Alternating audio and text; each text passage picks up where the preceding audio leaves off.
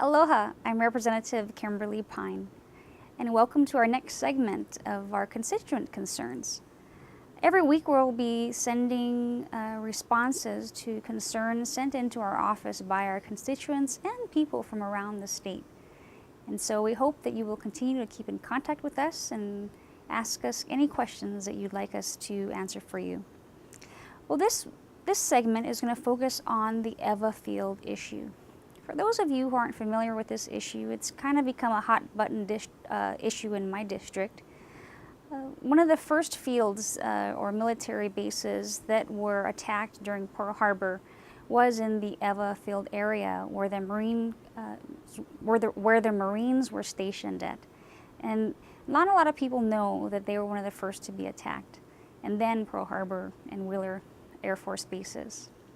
So right now there's a debate going on how to protect this field. I've had two opposing concerns regarding this issue.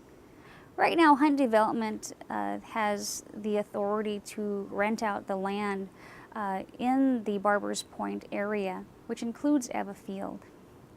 One idea is to preserve the field, which is not necessarily being preserved right now in what some would consider the best way to preserve it, by putting a solar farm over the field, and therefore give time to raise money to build a museum during that time so that it can be preserved.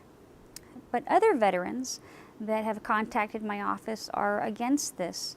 They believe it's just like putting solar panels over the Arizona Memorial, where people also died. So two different constituents, both very pro-military, contacting me about this issue.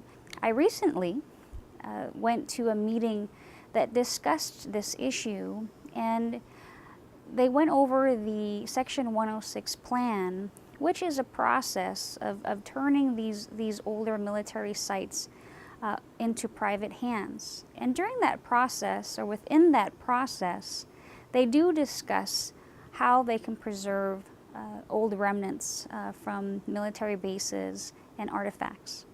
And so I felt that the meeting that I went to, that the process is going to be very fair.